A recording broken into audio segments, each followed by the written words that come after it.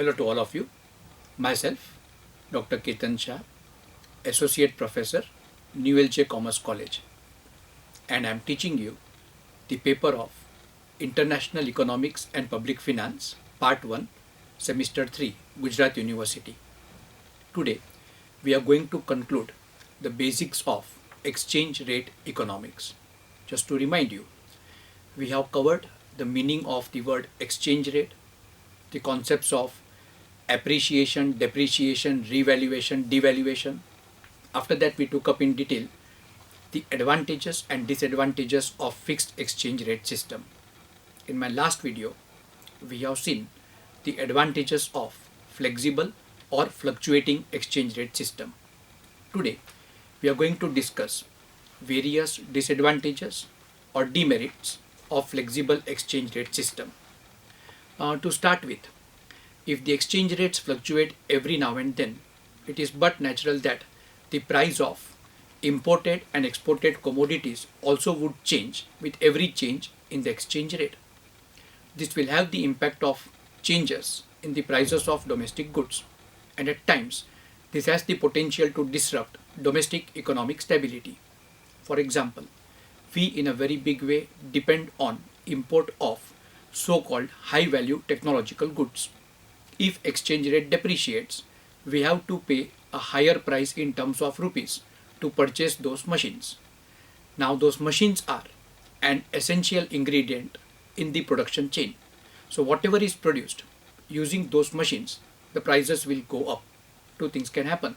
Either the inflation will go up or the producers would not produce those commodities assuming that there would not be many buyers for that product. So this will have negative impact on growth rate. Second, speculation will be very much forceful in a flexible exchange rate system. It will have a destabilizing effect, causing further fluctuations. For example, $1 50 rupees, and participants in the forex market come to anticipate that the price of dollar or the value of dollar is likely to increase or value of rupee is likely to decrease. They expect this to happen around 55 to $1 in matter of 2 or 3 months. So they will take their positions. They will start selling rupees and start buying or demanding dollars. This, really speaking, will push up the price of dollar even if the fundamental conditions do not warrant so. Even under purely flexible exchange rate system, it is not possible to attain appropriate exchange rate as the demand and supply forces do not always truly reveal real cost price values. A system of flexible exchange rate leads to instability and uncertainty for the simple reason that one does not know whether tomorrow early in the morning in the forex market will rupee appreciate or depreciate. If it appreciates, by what percentage? If it depreciates, by what percentage? I would like to mention a very important piece of information with you right now, and that is the fastest changing price on this globe is the price of foreign currency. It changes every 1/10 of a second. Now this is kind of instability, and we have learned earlier that any kind of instability in exchange rate discourages both international trade and international capital flow movement. Flexible exchange rate system involves greater possibility of inflationary effect of depreciation on the domestic price level of a country, causing further depreciation. Again, we start with 50 rupees to $1. Rupee depreciates, becomes 55 to $1 in a matter of 2 months. Everything else remaining the same. It can be understood that for us, crude oil from which petrol, diesel, etc. is made has become costly.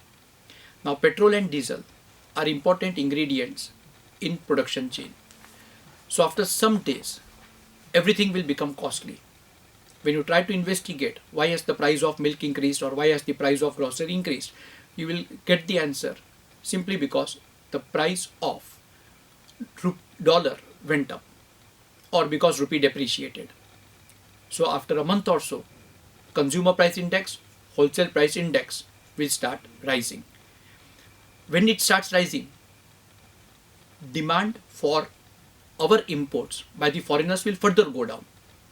Our goods have now become costly for them, and on the contrary, for us, foreign goods have become cheap. So our demand for imports of their commodities will go up. So demand for dollar increases, supply of dollar decreases. This will cause a second round of depreciation. We started the story with 50 rupee to $1 becoming 55 rupee to $1. Now this may further go up to 60 or 65. So these were some of the most important disadvantages associated with flexible or fluctuating exchange rate system. We conclude the topic of exchange rate economics with this particular presentation, and next time I'm going to talk about various theories determining equilibrium exchange rate. Thank you for the day.